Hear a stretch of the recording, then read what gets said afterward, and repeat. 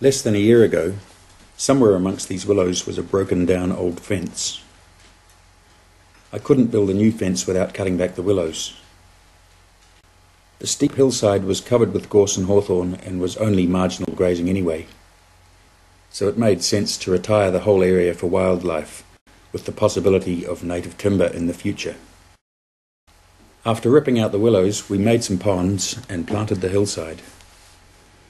There are now 900 carex, flax and shrubs around the pond and 1,000 native trees on the hillside, including 200 kauri.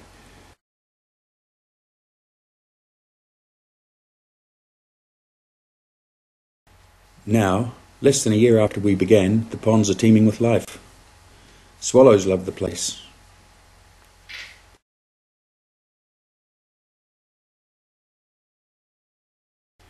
Dragonflies have been laying eggs all summer, which explains how this fellow got here.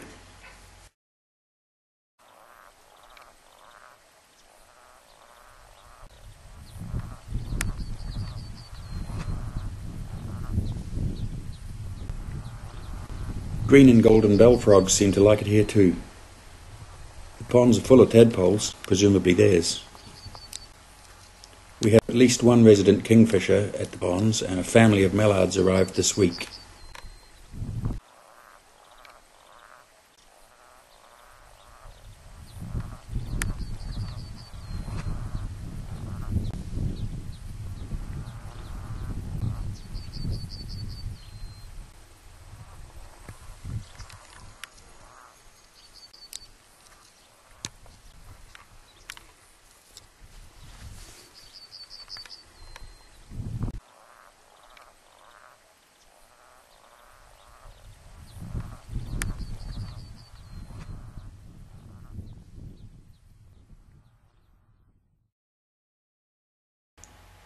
When we came here, a paddock beside the house had a dozen old mature native trees.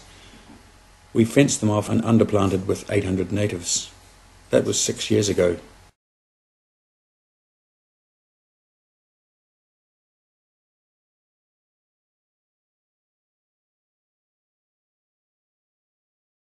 Now it looks like this.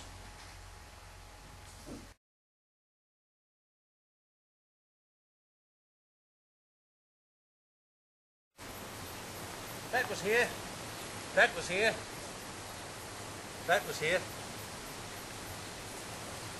Everything else we planted.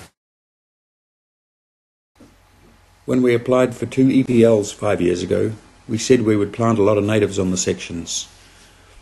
We were not obliged to do this, but I figure if you're going to subdivide a farm and take land out of production, you might as well turn it into habitat.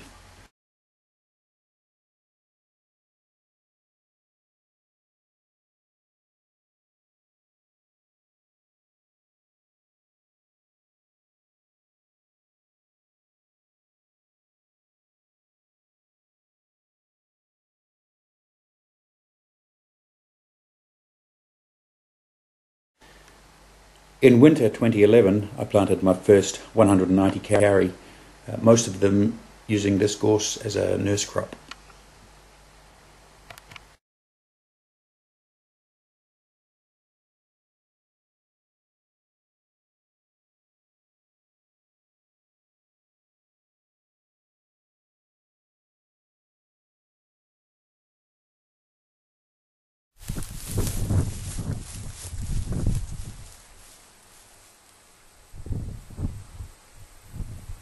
That's last year's growth, and that's this year.